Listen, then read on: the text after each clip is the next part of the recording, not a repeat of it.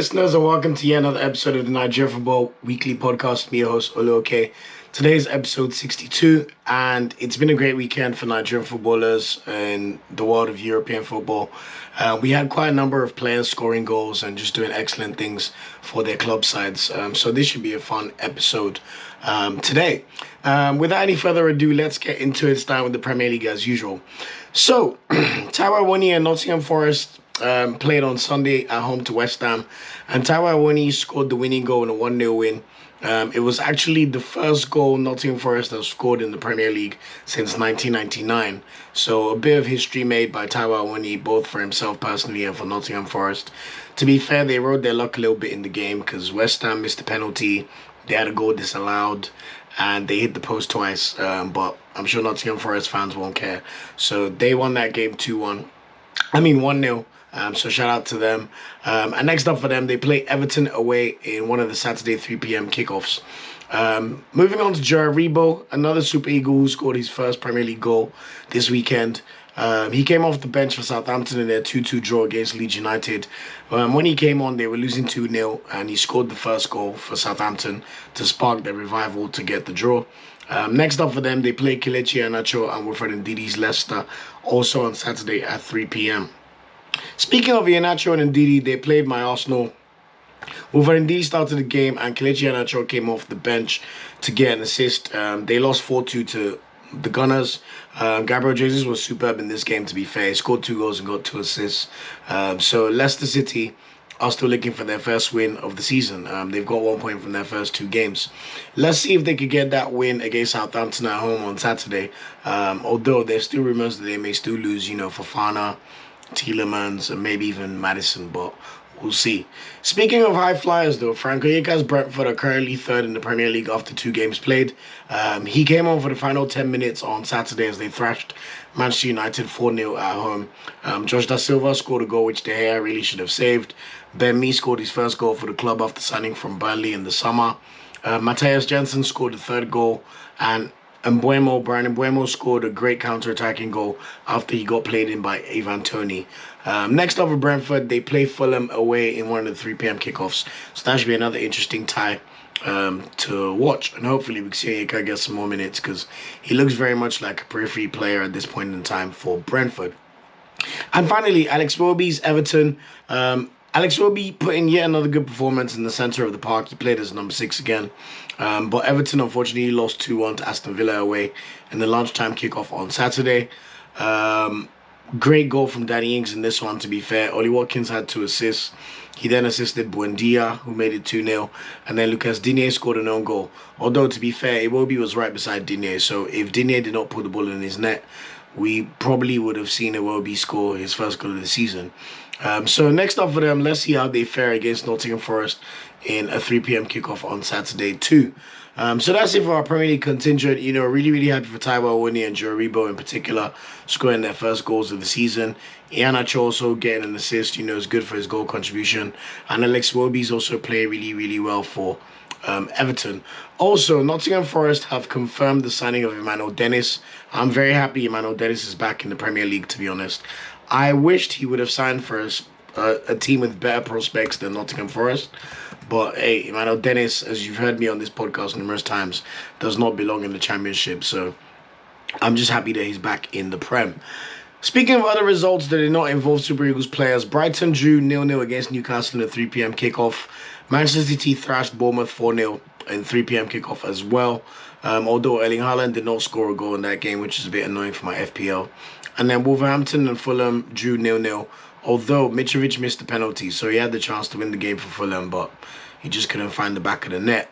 And then Chelsea and Tottenham probably played the game of the weekend in an epic 2-2 draw at Stamford Bridge on Sunday. To be fair, Chelsea were the better team. You could say Tottenham had a bit of a smash and grab to get the draw. And there's a lot of questions to be asked about Anthony Taylor's refereeing of this game. But hey, it's the Barclays. That's why we love it. And then earlier today, Liverpool drew 1-1 against Crystal Palace. Fantastic goal by Wilfred Zaha. He got played in by Ebere Eze. I'm still harboring hopes that Eze will play for the Super Eagles, but we'll cross that bridge when we get there. And then Luis Diaz scored an epic solo goal to equalise for Liverpool. So yeah, that's it for the round of Premier League fixtures for Game Week 2. Game week 3's fixtures will see Tottenham play Wolverhampton at White Hart Lane in the early kickoff game at 12:30. And then Crystal Palace play Aston Villa at 1 and 3 p.m. kickoffs. As I mentioned, Fulham will host Brentford at 3 p.m. as well. Everton will play Nottingham Forest at 1 and 3 p.m. kickoffs involving our Nigerian players. And Leicester will play Southampton at home in one of the other games involving our Nigerian players at 3 p.m. Bournemouth will host Arsenal on the 5:30 kickoff on Saturday. And then on Sunday, we've got 3 games to watch. Leeds United host Chelsea at Ellen Road. West Ham host Brighton in a 2 p.m. kickoff. And then Newcastle host Manchester City at St. James's Park. And then on Monday, the big game of the week of game week 3 sees Manchester United host Liverpool at Old Trafford. I mean, it's a tasty one. I was thinking Liverpool were going to batter the hell out of Man United, but for some reason now, Liverpool have just 2 points, 2 draws from their first 2 games. And even though Man United have lost their first 2 games, if they win, I mean, they'll go above Liverpool. I don't know what bigger incentive Manchester United could have for that to finally kickstart their season. So that should be a tasty, tasty game. Now that Emmanuel Dennis has left Watford, to be honest, I've scrapped talking about the Championship. If Jamilu Collins does something great, we'll speak about it. Just Ekong is literally not even starting games for them, so I don't really see the point there. And Maduka's not even starting for Watford, so we only want to touch on the best leagues anyway, so we'll touch on the Championship as and when required. But yeah, moving on to Serie A, which resumed this past weekend. And honestly, Serie A is going to be a very, very fruitful ground for Super Eagles players this season.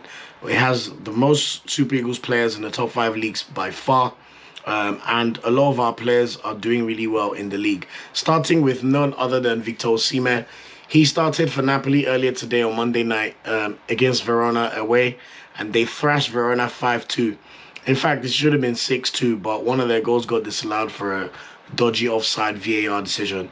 Victor Osimhen got a goal and an assist. His goal was from a corner kick, flick onto the back post, and he was the most alert player there. Poked in with his right foot, great finish. And he also assisted Politano. And you can already tell that he's feeling like the main man in Napoli and the guy who a lot of their hopes are going to rest on this season, especially in the Scudetto and also for their Champions League campaign. So, boy, am I looking forward to covering Osimhen for the rest of this season. He also taunted Verona when he scored his goal. I think there was an apparent racist abuse.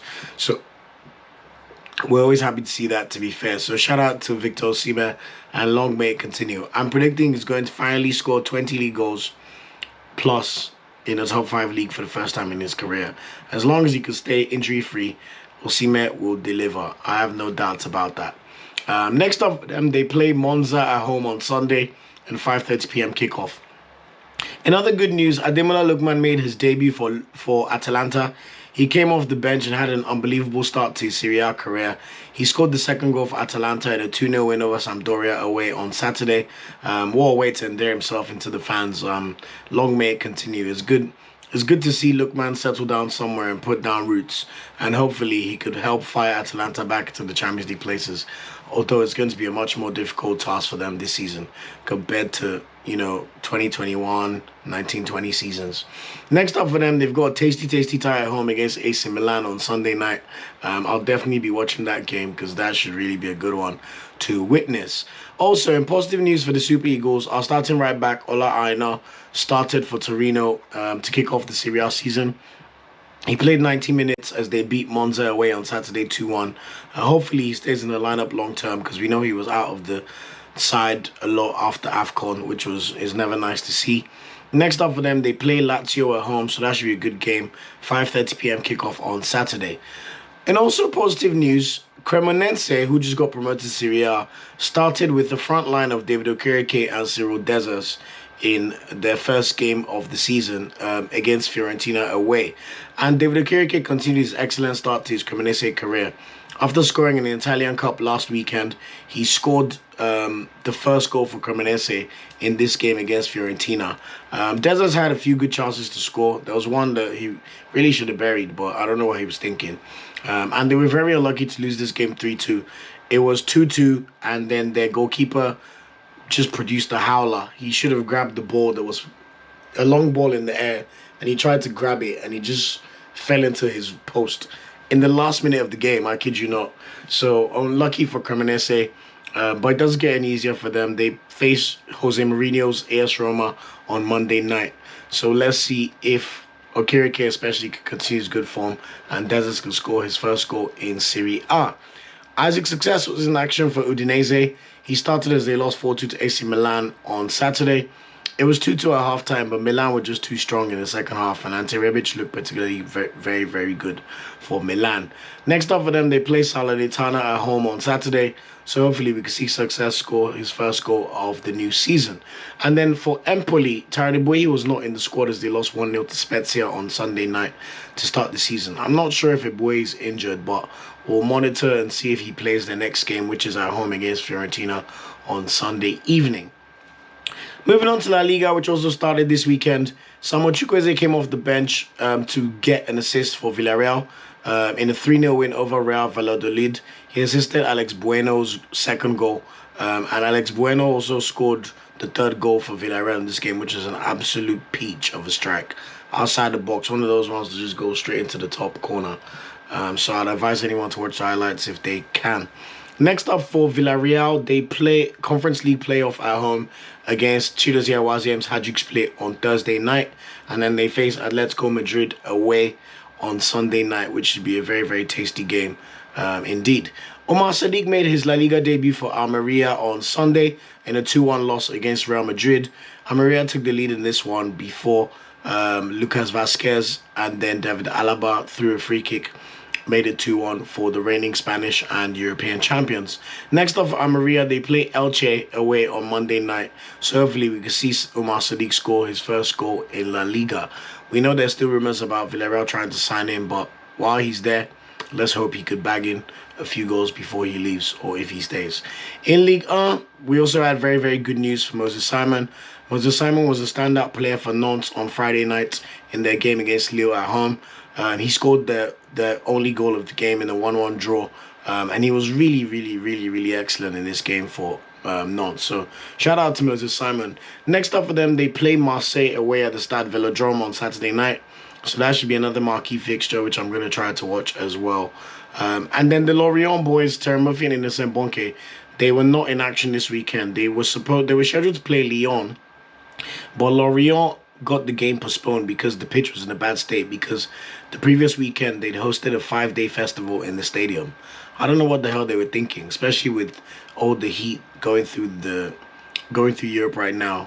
You know you have a game in a week and you're allowing a festival to be held, but hey. Anyway, their game against Lyon got postponed. So next up for them, they played Toulouse away on Sunday at 2 p.m. So hopefully we can see Murphy score his first goal of the season, and I'm sure Innocent Bonke will start that game. Finally, for the top 5 leagues in the Bundesliga, Chidorazike made his first start of the season for Hertha Berlin. They drew 1-1 at home to Eintracht Frankfurt. Next up for them, they play Borussia Mönchengladbach away on Friday night. So hopefully we can see Chidorazike get his first goal or assist for the season. And Kevin Akpoguma came on in the second half to play the whole of the second half for Hoffenheim as they they won 3-2 in their game. They were actually drawing the game 2-2 before Akpoguma came on. And then in the second half, Kevin Dabo, who is Israeli striker, scored the winning goal. They were playing against VfL Bochum, by the way. So that's it for the top 5 leagues in terms of Nigerian players. Very fruitful weekend, to be honest, and long may it continue. I mean, I just hope our boys keep shining like they have, especially, I mean, in all the leagues, to be fair. It's quite nice to touch on all 5 leagues and have something positive to say in terms of a goal or an assist in 4 of the top 5 leagues, and long may it continue as the season progresses. And then moving on to all the other leagues in Europe, starting with the Premier Liga as usual. Zedu Sanusi started the game for Porto again. He had a pretty good game. They beat Vizela away 1-0, courtesy of a last-minute goal. So shout out to Porto for the last-minute win in that game. They're currently top of the league, as you'd expect. And next up for them on Saturday night, it's one of the big heavyweight clashes as Porto host Sporting Lisbon in the league. Casapia's Xavier Godwin started the game on Saturday as they lost 1-0 to Benfica. I mean, it's not the worst result considering it's Benfica, you know. But anyway, they'll play more modest opposition in their next game on Sunday afternoon, which will be Boa Vista. And hopefully we can see Xavier Godwin get his first goal or assist in the Premier Liga. In the Dutch Eredivisie, Calvin Bassey was still suspended. I didn't realize his suspension was more than one game, but he was suspended for Ajax's game against Groningen on Sunday in a 6-1 win for the Dutch champions. Next up for them, they play former employers of Maduka Okoye, Sparta Rotterdam, away on Sunday. We'll see if he's back from his suspension, but I suspect that if he's been suspended for 2 games, it's likely that it was a 3-game suspension. But I'll know if he plays the game when I look into the results when the game occurs. In the Belgian League, we've actually got some really, really good results from our players. Alassane Youssouf's Royal Antwerp are top of the league. They've won all of their first 4 games in the division. He started the game yet again as they beat Eupen 1-0. So really, really good stuff to see. I know Mark Overmars is their sporting director, which was interesting for me to find out. So he's trying to work his miracles that he worked in Ajax at Royal Antwerp. Next up for them, they play UEFA Conference League playoff on Thursday night against Istanbul Başakşehir. And then they don't have any game over the weekend. So I think the Belgian League just want them to focus on prepping to get back into Europe. Polonaraciu's Genk. Polonaraciu did not play barely played in any of the first few games for Genk, but he didn't come on for the final 18 minutes in their 4-1 win against Zulte Waregem on Sunday. He's currently playing second fiddle to another striker. I think his name's called Nemeth, which is a bit surprising considering he was the top goal scorer, not last season, but the season before, and generally tends to score a lot of goals for Genk. So let's see if he will be back in the starting lineup as they play Cercle Bruges at home on Saturday. Also, Genk currently second in the league. They've won 3 of their first 4 games, which is good to see because they had a shocking season last year compared to what you'd expect from them. And then Ishak Abdulrazak, who plays for Anderlecht, they're currently 3rd in the league. He was not in the matchday squad for their league game on Sunday, which was a 3-0 win over STVV. Next up for them, they play UEFA Conference League playoff away against Young Boys of Switzerland. So let's see if he gets some minutes either from the start or from the bench.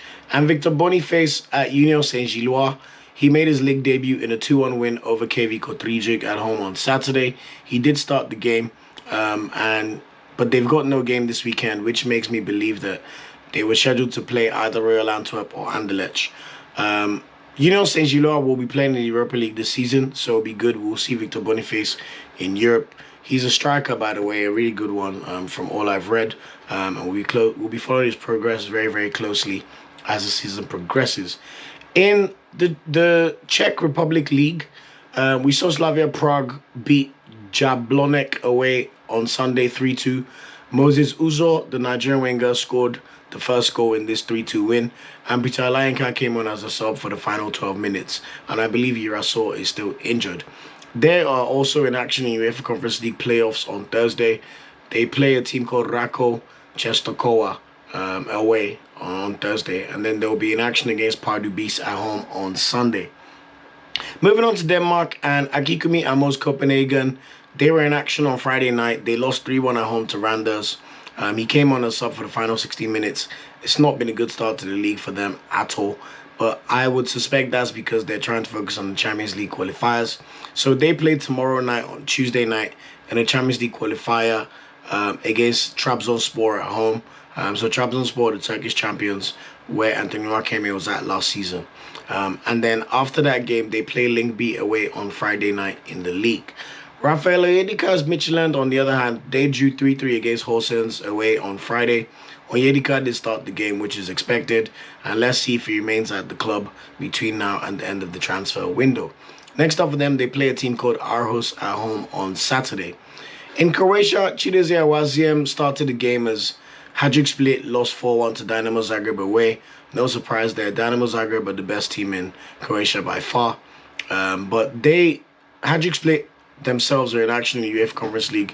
They'll be playing Samuel Chukwueze's Villarreal away on Thursday night, and then they play a team called Lokomotiva Zagreb on Sunday. And finally, in terms of the leagues that are probably worthy of covering, in the Turkish league, Henry Yekuru and David Akintola started for Adana Demirspor. Adana Demirspor are now top of the league. They've won 2 of their first 2 games, so they've got maximum points. Onyekuru scored the second goal, and Akintola scored the third goal in a 3-0 win against Sivasspor at home. Sivasspor actually have a Nigerian in their team too called Leke James. This was on Saturday. So Yekuru's now got 2 goals from his first 2 games, and I just hope he can continue this excellent run of form. And the good thing is we at least know he will start the games. So, I mean, keep doing your thing on Yekuru. And shout out to David Akintola as well. Next up for them, though, they play Fenerbahce away in the Turkish league, who have started the season really well too. So Fenerbahce were in action earlier tonight on Monday, and Bright Osai Samuel started at right back again. Really, really good performance. They thrashed Kasimpasa away 6-0. So I think Fenerbahce are finally beginning to right some of the wrongs of last season. They will also be in action in not the Conference League, but the UEFA Europa League playoffs. So they play Austria Vienna away on Thursday night before they play Adana Demirspor at home on Monday.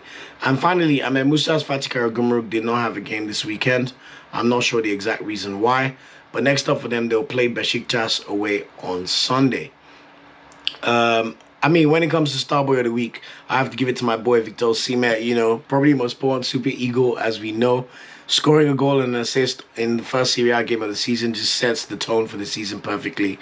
And I really, really think he's going to explode this season. And fingers crossed he's able to stay fit. Also, I have to shout out Joe Aribo and Taiwo Awoniyi for the milestones of scoring their first Premier League goals. That is always a big, big moment for them in their careers. And it's always a good omen for them playing for their teams. Also, Ademola Lookman with the excellent start for Atalanta. Although he does have a habit of scoring on his debuts. So I'm sure he scored on his Everton debut as well against Man City when they beat Man City 4-0 a few years ago. So shout out to Lookman. David Okereke as well for scoring on his Cremonese Serie A debut. Deserves a shout out.